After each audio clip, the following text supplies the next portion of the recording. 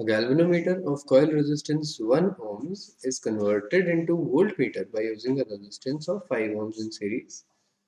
And same galvanometer is converted into ammeter by using a shunt of 1 ohms. Now ammeter and voltmeter connected in the circuit as shown. Find the reading of the voltmeter and the ammeter. काफी लंबा question हो जाएगा, इसकी calculations तो काफी सारी करनी पड़ेगी, है ना। चलिए लेट्स स्टार्ट। तो पहले अपन स्टार्ट करते हैं वोल्ट मीटर की रेजिस्टेंस से, है ना। रेजिस्टेंस ऑफ वोल्ट मीटर कितनी हो जाएगी, हमको पता है कि वोल्ट मीटर के केस में सीरीज में लगेगा आपका गैल्वेनोमीटर एंड रेजिस्टेंस, तो ये 6 ओम्स का रेजिस्टेंस हो जाएगा। बट ये अगर मैं एमीटर की बात करूं तो रेजिस्टेंस ऑफ एमीटर में ये पैरेलल में लगेगा, तो 1 और 1 अगर पैरेलल में लगता है तो 0.5 ओम्स इसकी रेजिस्टेंस बन जाती है। ठीक है, अब इन दोनों की वैल्यूज, ये दोनों आइडियल है नहीं, तो आप यहाँ पे इनके रेजिस्टेंसेस डाल दो। इसका 6 ओम मैंने यहाँ डाल दिया और एमीटर का 0.5 ओम मैंने यहाँ डाल दिया। ठीक है, चलिए नेक्स्ट आपके कनेक्टेड पॉइंट्स की बात करते हैं। तो ये पॉइंट और ये पॉइंट तीनों सेम, ठीक है। अच्छा, इन दोनों का 6 और 6 का जो कॉम्बिनेशन है ये 3 ओम्स का हो रहा है। ये 3 ओम्स जब 12 ओम्स के साथ जुड़ेगा तो ये टोटल कॉम्बिनेशन 15 ओम्स का हो जाएगा। ये 15 ओम्स साइड में रख देते हैं एक बार। चलो, यहाँ पे 4.5 और 0.5 मिलके 5 ओम्स बन जाएंगे, तो इसको भी मैं नीचे लिख देता हूँ। तो स्ट्रक्चर थोड़ा सा कॉम्प्लिकेट तो हो रहा है, बट इसको सॉर्ट करना भी हमारा ही काम है। 30 वोल्ट्स यहाँ लगा दिया। 30 वोल्ट्स के साथ वाली लाइन पे आप कहीं भी 5 ओम्स डाल सकते हो, तो ये एक 5 ओम्स डल गया। फिर एक ये पॉइंट आता है, ठीक है।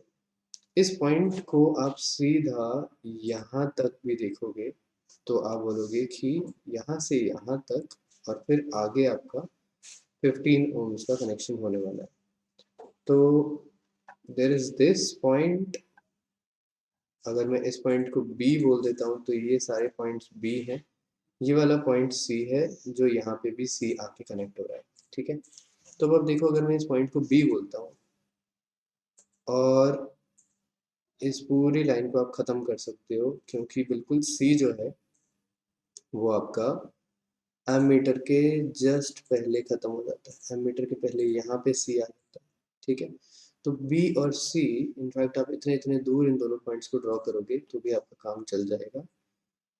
B और C को जिस तरीके से आपने रख दिए, इन दोनों के बीच में कितने रेजिस्टेंसेस जा रहे हैं, B और C के बीच में एक 15, दूसरा 15 और तीसरा 15, तीन 15 पैरेलल में जा रहे हैं। तो आप यहाँ पे तीनों 15s को पैरेलल में ड्रॉ कर सकते हो, एक 15, दूसरा और तीसरा। हमको पता ही है इन तीनों का रेजिस्टेंस हो जाएगा 15/3 which is equal to 5 ohms. तो अब आपके सिस्टम में कुछ खास ज़्यादा चीज़ें बची नहीं है, आपके पास 30 वोल्ट और 10 ओम्स का टोटल रेजिस्टेंस है। तो आई की वैल्यू तो हो जाएगी 30/10 which is equal to 3 ampere. 3 ampere यहाँ पर दो ऑप्शंस में है। अब हम वोल्टेज की बात करते हैं।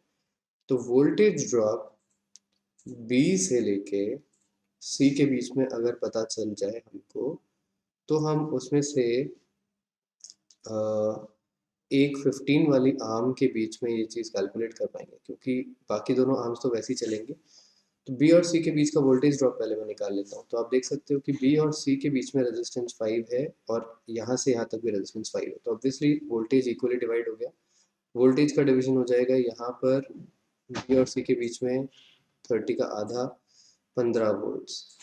अब इन 15 वोल्ट्स को मैं स्प्लिट कर रहा हूँ इस सेक्शन में।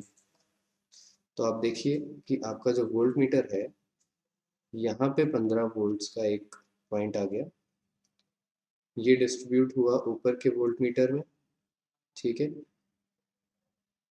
यहाँ पे आपका 6 ओम्स का रेजिस्टेंस है, नीचे एक 6 ओम्स का रेजिस्टेंस है और आगे आपका एक 12 ओम्स का रेजिस्टेंस है जो ये 0 पॉइंट तक जा रहा है, ठीक है।